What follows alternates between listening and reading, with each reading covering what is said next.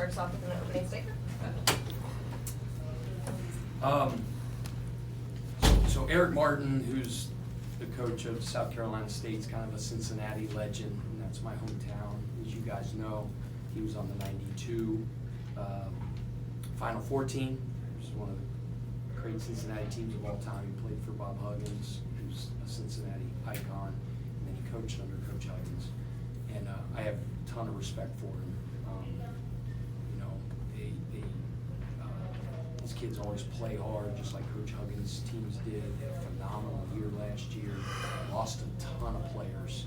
I think they're top 6 scorers, I believe. And he's kind of rebuilding again. Got a ton of respect for him. He's going like that in the coaching profession, in my opinion. I was proud of our guys in a game like that when you're up by a huge margin. It's easy to let your foot off the gas in possession by possession process that we talk about. And I kept reminding those guys that the score's 0-0, don't pay attention to results, just be great in this next possession. I felt like they stayed true to our pick and roll coverage responsibilities, our transition defense responsibilities, our guard the ball, our gaps. And because of that, we get better coming out of this game. If it's 10 minutes left and we're up by a bunch, then we just start playing, just kind of hanging out, and we take a step backwards. So that's what I was most proud of. Take questions for Coach. The mics around the room. Start off with Eric. Just going on, and I would wager 95% of games that get in that situation, it does just get to hanging out. How hard is it for a group of guys to be at that kind of a focus? I mean, first game out and all that. It's a great teaching opportunity, right, as the head coach and as a leader, because it's what we preach all the time. You could come out of a game and win by whatever we won by, and you could win by 30, 40 points, and you could be really disappointed because you weren't on the things that you hold, that you value. So we have an older group and a veteran group. I was saying it in the huddle, but they were kind of saying it before I even got there. So just proud of their mentality, how they continue to attack.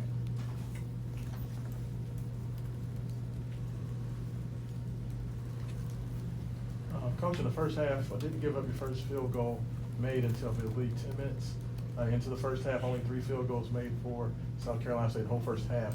A lot of second efforts, second, third deflections, things of that, just effort plays. What does that mean? That it really seemed like they had more energy defensively than even on the offensive end? Yeah, I think so. Big point of emphasis was limiting their second shots because they're a very good offensive rebounding team. They crash hard. I told them there was going to be collisions all night long. We had to go out and hit first, and not allow them to get their their sprint-ins, if you will, and get close to the basket. And there were a lot of scrums, and I thought we came up with a ton of 50-50 balls. And the thing that ultimately we probably didn't do as well as I wanted is guard without fouling. They shot too many free throws and kind of took the air out of the momentum of the game a little bit. But some of those were like holds and grabs. Those are just kind of undisciplined plays that we can clean up.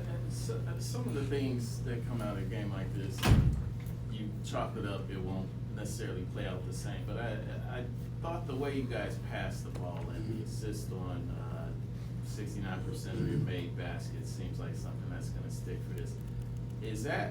Did you recruit to that? Did you purposely, figure that it was going to be a lot of ball sharing rather than having getting the guy who needs the ball and is ball dominant on offense? Well, I think the ball has energy, right? When the ball moves, your offense has energy. We got selfless guys. Just like sticking to our defensive principles when we were up by a lot of points, we continue to share when we were up by a lot of points. It's easy to all of a sudden start saying, "Oh man, I want to get mine. I want to get my points," and that's something else. I'm glad you brought it up. That we continue to give up good for great.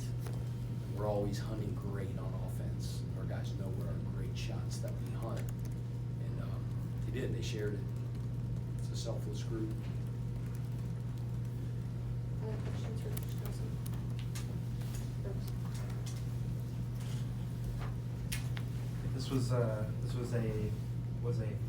career high for Kanai. I mean, he was able to showcase a lot of stuff in the second half. I'm just curious, where do you see the biggest growth in him? Now here he is as a sophomore. I'm heading into his second year in your system. Well, he's growth in a lot of ways. One, physically, he's grown. When he came back, it's already been documented. You guys have written about it. We came back in the summer, like, gosh, he looks taller. And then Eli looked at him, and he had grown like an inch or an inch and a half. He's got those big, wide, clothes hanger shoulders, and now he's putting weight on. He just continues to work. He's got a great way about him. He loves the game. He's we all know he's extremely talented, but he is an unbelievable teammate. Phenomenal teammate. Kanai is so much about others and so much about his teammates and sacrificing for those guys. Right? Everything that we value in our program, he exemplifies. And he's just going to continue to go like this. Yeah, just to follow up on that, when he was in here, he spoke about, you're emphasizing players when they get their name called, to empty the tank. And, that's something that with him, like you talked about like a lot last year when he had those moments and he had those spurts, he seemed to empty the tank. Do you feel like that he's kind of like a leader in that sense, kind of like setting an example in that way, guys? Yeah, he leads by example. I mean, he leads with his voice. Just because you're not a quote-unquote captain doesn't mean you're a leader. Kanai is always encouraging other guys.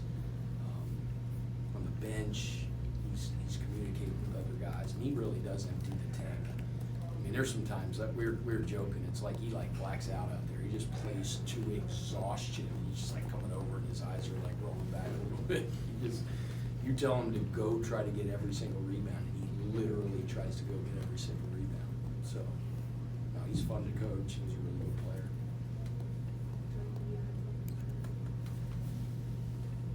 All right, I we'll think- wrap it up. Do you have one? Oh, okay, Tony, go ahead. I'm curious what you think about your team in transition and what you thought about the atmosphere of the crowd tonight. Yeah, I thought, obviously if we got a huge lead, it's hard for the crowd to maintain that energy all the time. But there were a couple big runs and big moments, big dunks where there was a big explosion. It's tough. It's a late game, 9 o'clock on a school night. So, I was impressed with the energy they brought. I want to give a big shout out to my beloved student body.